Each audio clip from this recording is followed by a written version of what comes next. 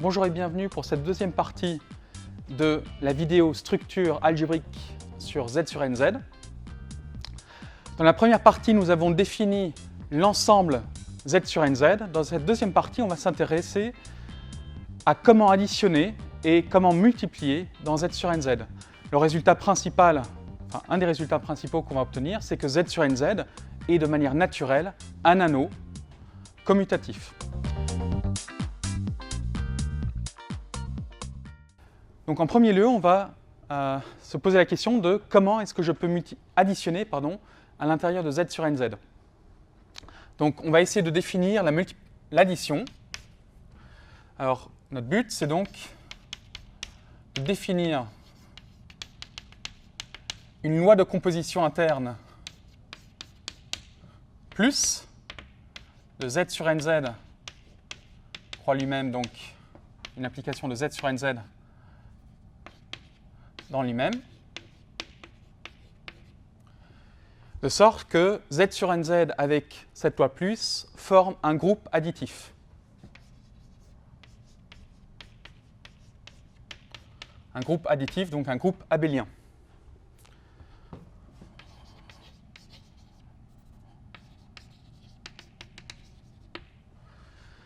Donc la question c'est,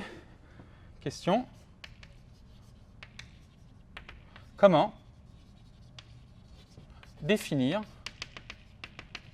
pour x et y les éléments de Z sur NZ, donc des classes d'équivalence pour la relation congrue modulo n. D'ailleurs, dès à présent, on va noter plus simplement juste K entre crochets indice n plutôt que de traîner le symbole pour la relation d'équivalence. Donc la question va être de comment définir pour un tel couple de classes une classe somme qui soit donc une classe dans Z sur NZ. Et on va se servir de l'addition des entiers. Alors on va le faire ainsi. Donc par définition, une classe d'équivalence, on a dit, donc c'est une partie, ça c'est une classe d'équivalence. Une classe d'équivalence pour la relation d'équivalence congrue à n, congrue modulo n. Et on avait vu dans la première vidéo qu'une classe d'équivalence n'était jamais vide. Je peux donc toujours prendre un élément dedans.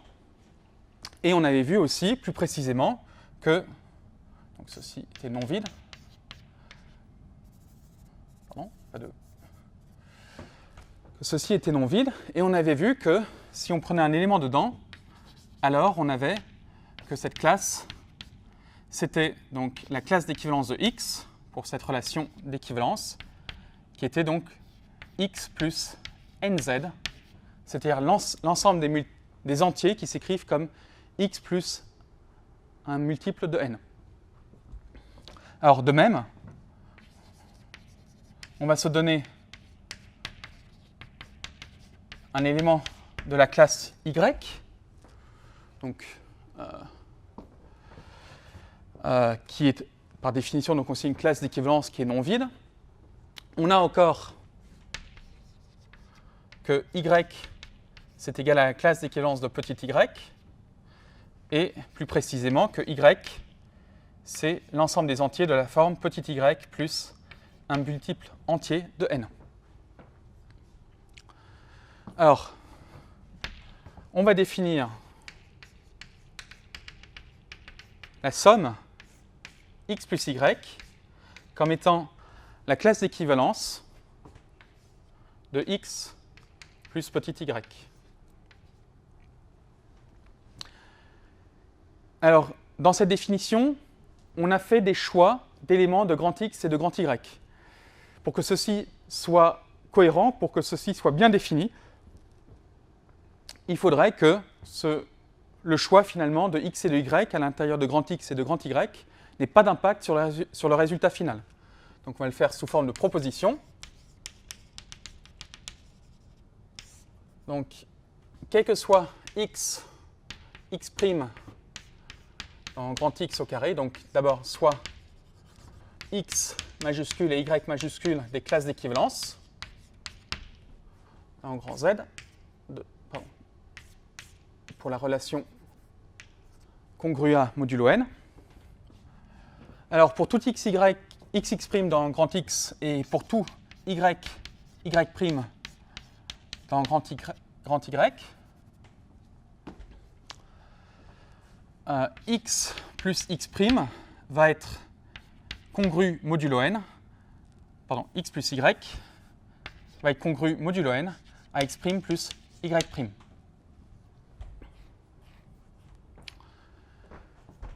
Alors, ceci signifiera donc que si on avait fait un autre choix pour x et un autre choix pour y, finalement, la classe d'équivalence qu'on aura définie sera la même. Et donc, l'opération plus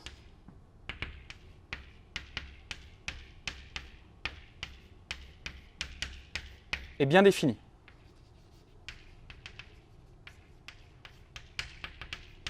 C'est-à-dire indépendant des représentants qu'on a choisis dans grand X et grand Y. Alors,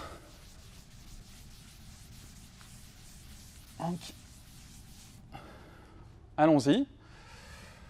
Donc,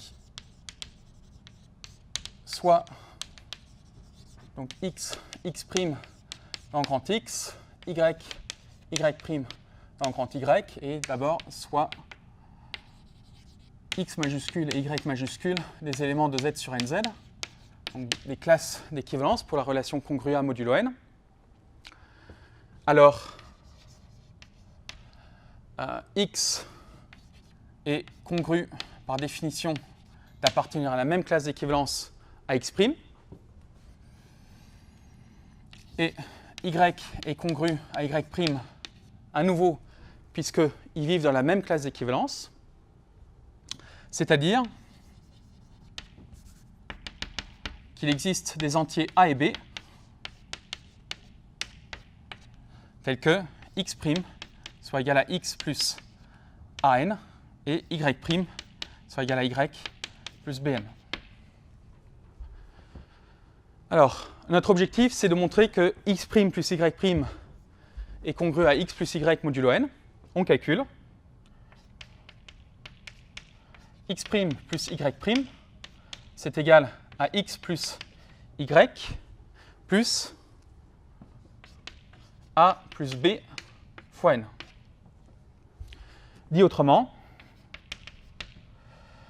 on aura que x' plus y' moins x plus y, disons x plus y, non, x' plus y' moins x plus y est égal à a plus b fois n, et ceci est un multiple de n, donc est divisible par n. Conclusion, ces deux entiers x' plus y' et x plus y sont congrus pour la relation d'équivalence congrua modulo n.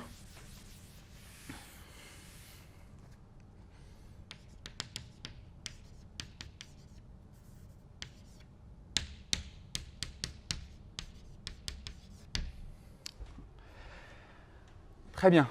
Et ça nous montre donc que cette addition, telle qu'on vient de la définir, ne dépend pas des représentants dans la classe d'équivalence choisie. Et on va pouvoir même en déduire la proposition suivante. Donc, proposition. L'application qui valait de z dans z sur nz et qui a un entier relatif K associe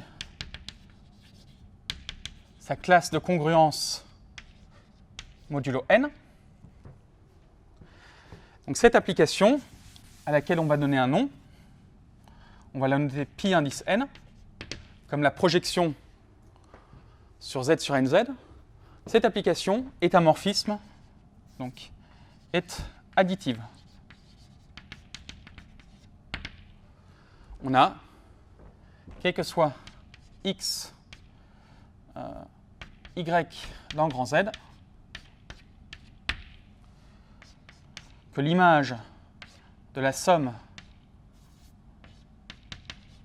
x plus y par πn coïncide avec la somme des classes πn de x avec πn de y. Somme de classes qu'on vient à l'instant de définir. Et ça, c'est vrai par construction. Donc, par construction,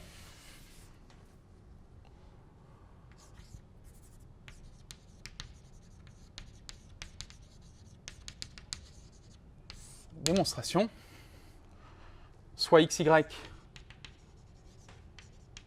les antirelatifs. Alors, que va valoir πn de x plus πn de y? Donc ça, c'est par définition la classe de x plus la classe de y pour la relation être congrue modulo n. Et par définition de ce que ça signifie d'additionner des classes, ceci est la classe de x plus y modulo n. Donc ça, c'est par définition de l'addition dans z sur nz. Et maintenant, par définition de ce que c'est πn, ceci est égal à πn de x plus y. Donc l'addition sur z sur nz a précisément été construite de telle sorte que la projection canonique, qui envoie un entier sur sa classe d'équivalence, soit additive.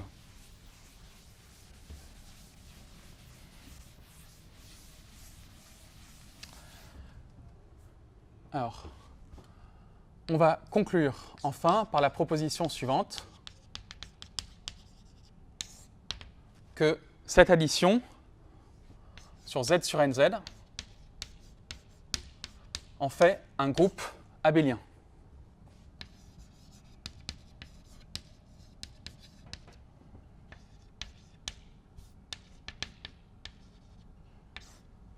Donc, c'est-à-dire que l'addition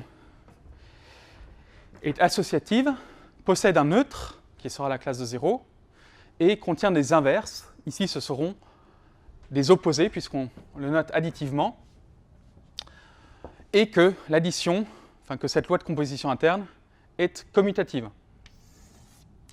Donc, démonstration.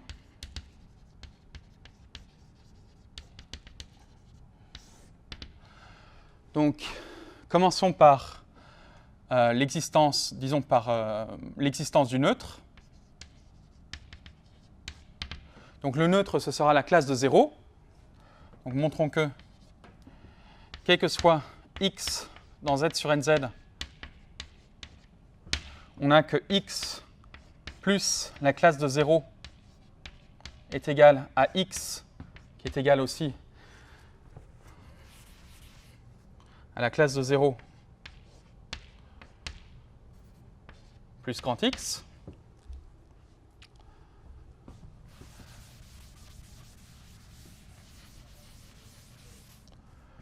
Alors, donc, soit donc, grand X dans Z sur NZ, et petit x, un élément de grand X. Alors, on rappelle, donc x, ce sera la classe engendrée par petit x, et x plus la classe nulle est égal à la classe de x plus la classe de 0, puisque lui contient x et que lui contient 0, par définition de l'addition des classes, ceci est la classe de x plus 0. Et x plus 0 dans les entiers, c'est juste x. Et la classe de x, c'est grand X. De même,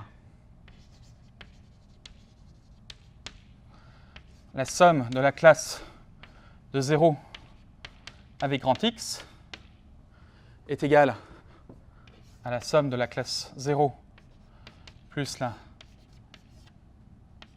classe de x. Et ça, c'est égal à 0 plus x modulo n, la classe de 0 plus x modulo n. c'est-à-dire la classe de x modulo n, c'est-à-dire x majuscule. Très bien. Passons par exemple à l'associativité.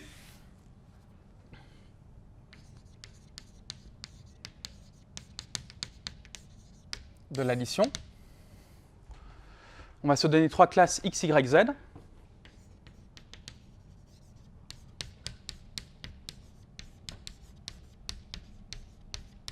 Et disons x dans grand X, y dans grand Y et petit z dans grand Z, de sorte que x soit égal à la classe engendrée par petit x, y égale à la classe engendrée par petit y, et z égale à la classe de z engendrée par petit z. Alors, donc x plus y plus z, ce sera, par définition donc, puisque lui contient petit x et que lui contient petit y, ce sera donc la classe de x plus y, modulo n plus z, et ceci est égal à x plus y plus z, la classe de x plus y plus z modulo n. Or, l'addition des entiers est associative. Ça c'est égal à la classe de y plus z modulo n. Et on fait le même calcul à l'envers.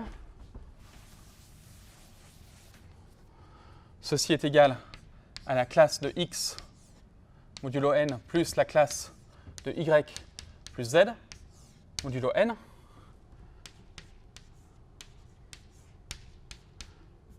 Et la classe de y plus z modulo n, c'est la classe de y modulo n plus la classe de z modulo n. On revient à la définition de grand X et y et z. Ceci est égal à grand X plus y plus z entre parenthèses. Conclusion, l'addition est associative. Donc là, on a l'existence d'un neutre, l'associativité. Il nous reste l'existence des inverses. Donc, inverse. On va se donner une classe grand X dans Z sur NZ. On va chercher une classe telle que X plus Y, une classe Y telle que X plus Y soit la classe nulle. Donc on cherche grand Y, une classe telle que X plus Y soit égale à la classe nulle. Donc le neutre, la classe neutre.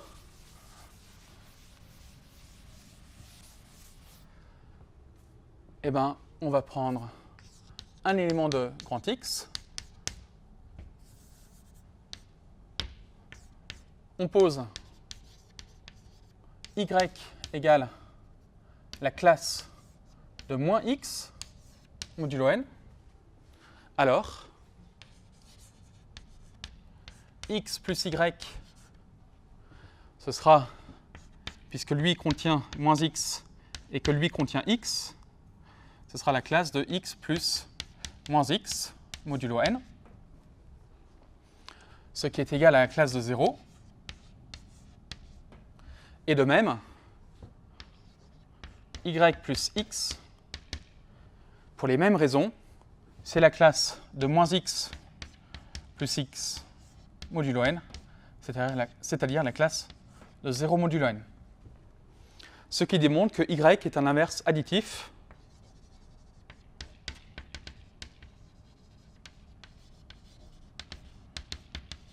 de X dans Z sur NZ.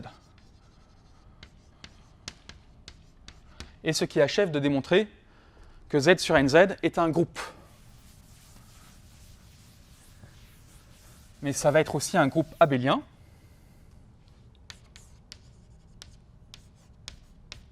Ce qu'on va démontrer tout de suite.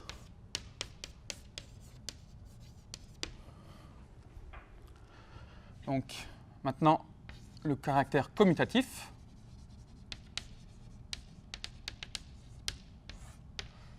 Donnons-nous deux classes x, y dans Z sur nz.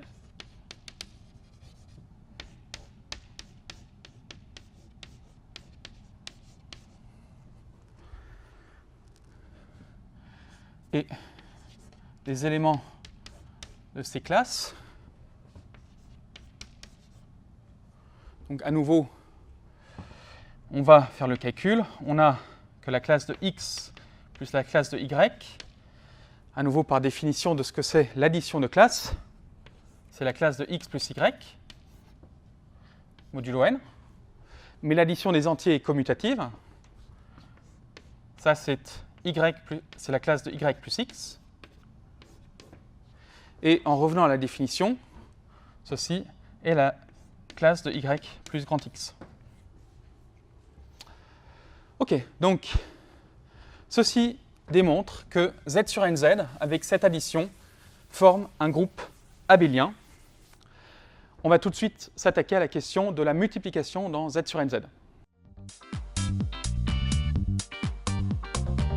Alors, après avoir défini l'addition dans Z sur nz, on va s'attaquer à la multiplication dans Z sur nz. Donc, la question est de définir pour deux classes x et y, pour deux éléments x majuscule et y majuscule dans Z sur nz, le produit de ces classes.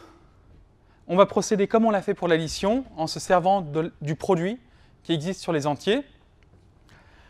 Donc, pour définir x.y, on va prendre un élément x minuscule dans x majuscule au hasard et un élément y minuscule dans y majuscule au hasard. Et on va définir que le produit des classes x majuscule avec y majuscule, c'est la classe de x minuscule y minuscule. Ici, le produit, c'est le produit des entiers. Il reste à voir, comme c'était le cas avec l'addition, que ceci est bien défini, c'est-à-dire que ça ne dépend pas de qui on a choisi dans x et dans y. C'est ce qu'on va faire tout de suite. Donc, montrons que ceci est bien défini, c'est-à-dire indépendant de x et y. Donc, soit x dans grand X et y dans grand Y. Notre objectif est de montrer que la classe x', y', qui aurait pu être une autre définition de la classe x.y, enfin de cette classe-là, coïncide avec la classe xy. Alors, traduisons nos hypothèses. Donc, puisque x et x' appartiennent à une même classe d'équivalence, donc appartiennent à une même classe d'équivalence, il existe un entier A, un entier relatif A, tel que x' soit égal à x plus n.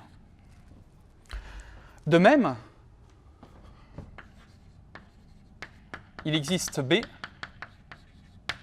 entier relatif, tel que y' soit égal à y plus bn.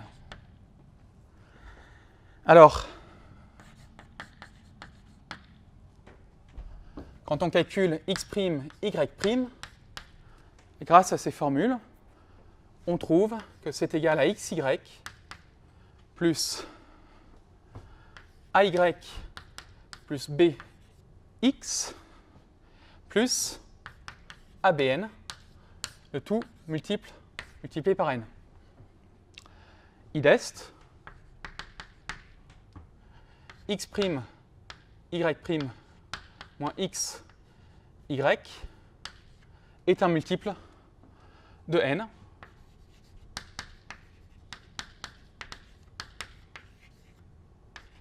Puisque ça vaut ce terme-là. Et ça nous dit très exactement que la classe de x', y' est égale à la classe de xy, puisque n divise leur différence. Alors ceci nous montre que le produit est bien défini par cette formule. Et cette formule, on l'a choisie de sorte que, à nouveau, l'application canonique, dont on avait déjà démontré avant que c'était une application additive, donc comme il s'agit de groupes abéliens, enfin de groupes, que c'est un morphisme de groupe, et bien de même, cette application maintenant va être multiplicative. Donc l'application, ainsi, la loi de composition interne point est bien définie.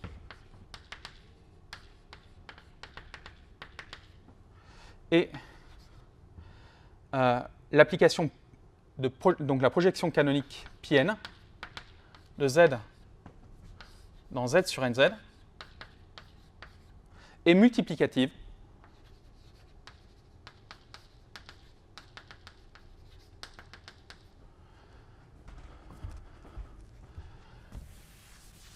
c'est-à-dire que idest, quel que soit x, y antirelatif, l'image du produit est égale au produit des images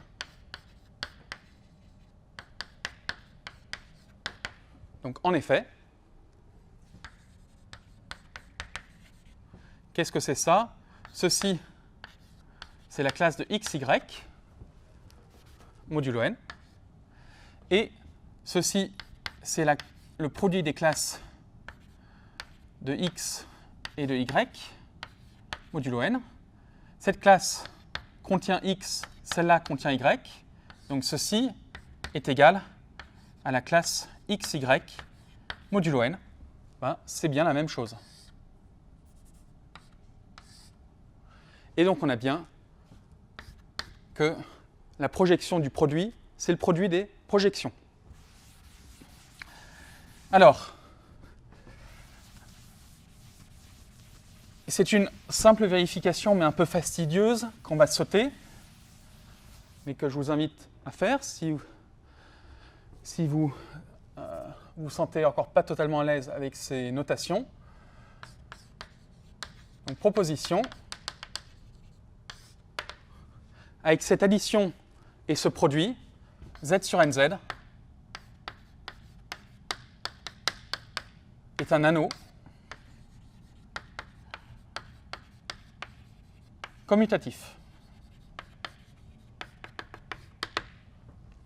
Donc, ce qui signifie donc, que z sur nz avec l'addition est un groupe abélien, ça on le sait déjà, et que la multiplication est commutative. Là aussi, ça va être une vérification immédiate, ça va découler tout de suite du fait que le produit sur les entiers est commutatif et que et que le produit est associatif. Là aussi, ça va découler immédiatement de l'associativité du produit des entiers et des conditions de distributivité et l'existence d'une unité. Tout ça découle immédiatement en revenant aux définitions des propriétés analogues pour les entiers. Et l'application πn, qui donc va de z sur nz, et qui associe à K sa classe modulo n, est un morphisme d'anneau.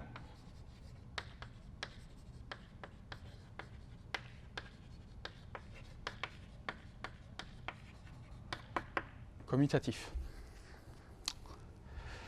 Alors,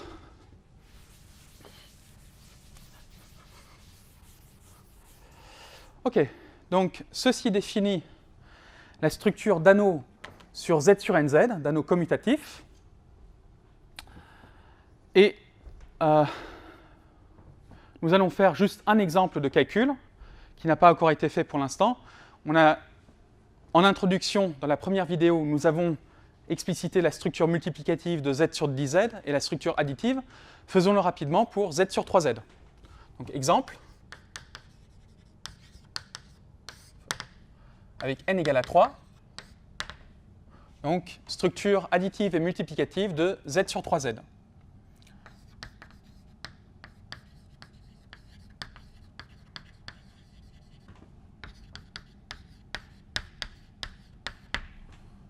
Alors, z sur 3z, on a déjà vu que z sur nz avait n éléments. z sur 3z, ça va être la classe de 0 pour la congruence modulo 3, la classe de 1 pour la congruence modulo 3 et la classe de 2 pour la congruence modulo 3. L'addition, la voilà.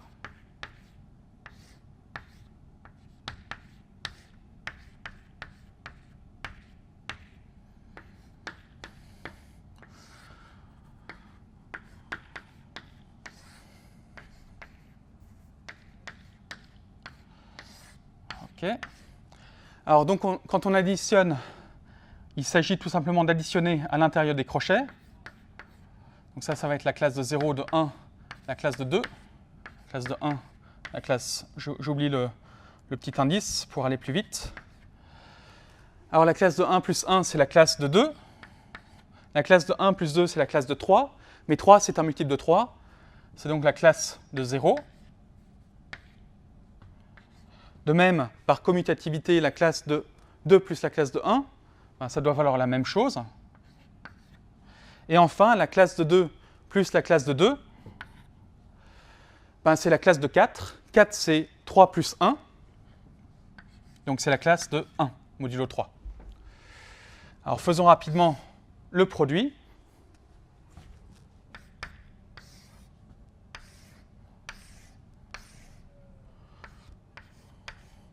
Donc à nouveau, j'oublie l'indice pour aller plus vite dans les notations.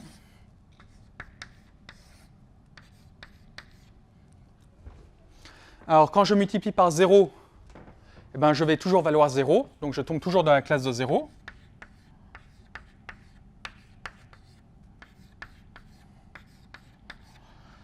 Quand je multiplie par 1, je ne fais rien, je tombe sur ce que j'avais au départ, donc j'obtiens ça. Et maintenant, la classe de 2 fois la classe de 2, c'est la classe de 4. Et la classe de 4, c'est égal à 3 plus 1. Donc on tombe sur la classe de 1. Alors on peut remarquer que ici, tout le monde admet un inverse multiplicatif. Donc l'inverse multiplicatif de 1, c'est 1, puisque 1 fois 1, c'est 1. Et l'inverse multiplicatif de 2, c'est 2, puisque la classe de 2 fois la classe de 2, c'est la classe 1. Donc je rappelle que dans un anneau, quand tous les éléments non nuls sont inversibles, on parle de corps. Donc on vient de démontrer que z sur 3z est un corps, puisque tous les éléments non nuls de z sur 3z sont inversibles. Et pour voir ce qui peut clocher, on va faire un dernier exemple de calcul. On va calculer avec z sur 4z cette fois, donc, qui va être la classe de 0, la classe de 1, la classe de 2 et la classe de 3. L'addition, ça va être la suivante. Donc à nouveau, j'oublie l'indice. C'est à chaque fois indice 4, mais je ne vais plus jamais le marquer pour aller plus vite.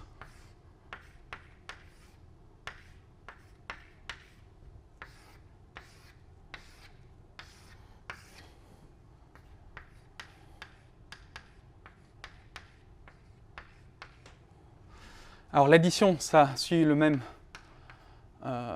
même allure générale. On aura des diagonales ou des antidiagonales qui vont être constantes.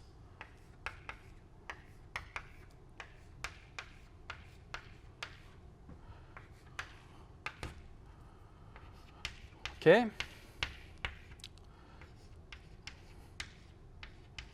Alors ici, 1 plus 3, c'est 4. 4, c'est 4 plus 0. Donc je tombe sur la classe nulle. Et ici, 3 plus 2, c'est 5. 5, c'est 4 plus 1. Ça me définit la classe 1. Et enfin, 3 plus 3, c'est 6. La classe de 6, c'est la même chose que la classe de 2, puisque 6, c'est 4 plus 2. Donc ceci est la table de l'addition dans z sur 4z. Et on arrive maintenant à la table de multiplication. dans Z sur 4Z.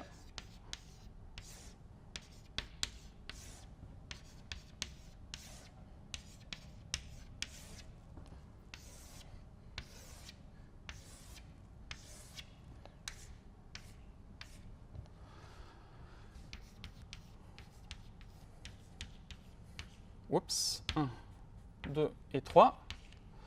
Donc quand je multiplie par 0, je vais toujours avoir 0.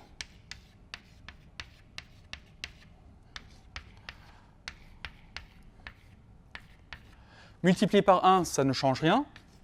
Donc je tombe sur 1, 2 et 3. Là aussi 2 et 3. Par contre, multiplier par 2, quand je multiplie 2 par 2, je tombe sur 4. 4, c'est 4 plus 0. Donc 2 fois 2 dans Z sur 4Z, c'est 0. 2 fois 3, c'est 6. Modulo 4, c'est 2. Et enfin, 3 fois 3, c'est 9. Modulo 4, c'est 1. Alors on voit que Z sur 4Z n'est pas un corps, puisque, par exemple, l'élément 2 n'est pas inversible. Je n'arrive pas à produire 1 en multipliant par 2 à l'intérieur de Z sur 4Z.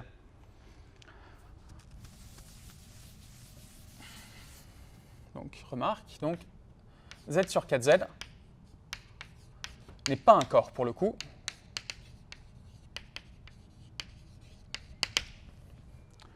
Alors, dans une prochaine vidéo, nous allons regarder la structure de l'ensemble des unités de Z sur NZ. On va aussi discuter du théorème chinois. On va parler de l'indicatrice d'Euler d'un entier. Et on va démontrer le théorème important qui affirme, enfin qui généralise ce fait-là, le fait plutôt ici, que dès lors que l'entier n est un nombre premier, Z sur nz est un corps. Donc à une prochaine vidéo.